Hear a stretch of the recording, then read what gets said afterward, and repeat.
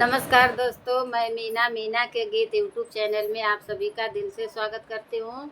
मैं आप सबके बीच में लाना चाहती हूँ अपने पहले सोहर गीत का आधा भाग। दूसरा भाग मैं सुनाऊंगी आप लोग को, और इसके आगे आप लोग फुल वॉच करके ज़रूर हमारा ये वीडियो सुनिएगा। पसंद आए तो लाइक सपोर्ट शेयर ज़रूर करिएगा, मार देना एक लाइक।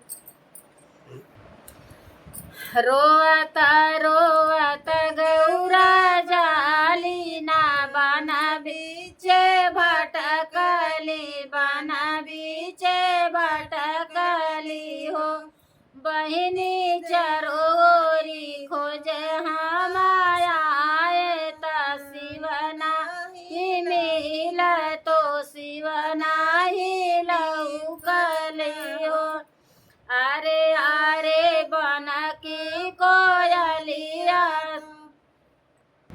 अरे अरे बन की कोयलिया तो कतो, अरे अरे बन की कोयलिया तो ही तो मोरी बहिनी, तो ही मोरी बहिनी ना हो।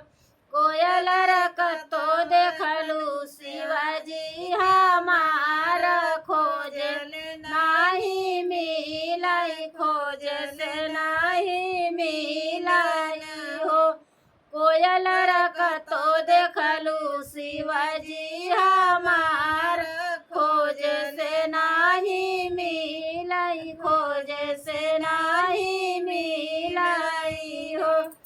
चुपी रहा ये गौराया सुजिन बहावा, तो सुजिन बहावाई हो।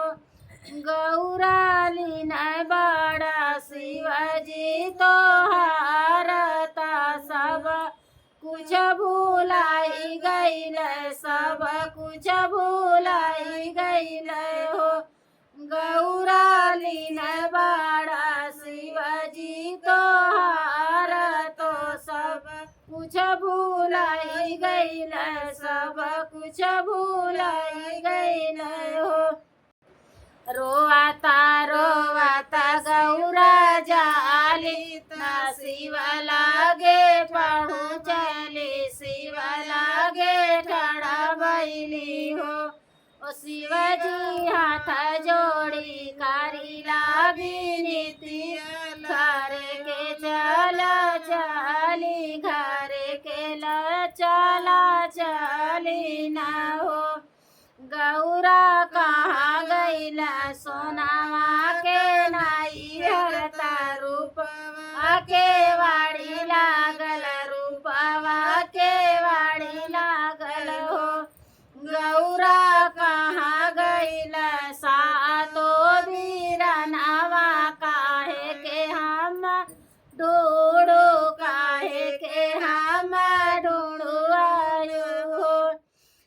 माटिया के हमर नाई हरता, लाकड़ी के वाड़ी लागे, लाकड़ी के वाड़ी लागे हो। शिवजी नाही चिन सातो बीरनवा, नाचिन मोरी मायरिया, नाचिन मोरी मायरिया ना हो। शिवजी चला चली अपने कुटियावा, तो हर संग रहब, तो हर संग रहबई हो। शिवजी नाही चिना बाबू महतरिया, तो हर संग रहब, तो हर संग रहबई हो। ये हमारा दूसरा भाग भी पसंद आए तो आप लोग लाइक सपोर्ट शेयर ज़रूर करिएगा, और अपने इस छोटी बहन का मदद आप लोग ज़रूर करिएगा। इतना इतना दुलार प्यार देना है।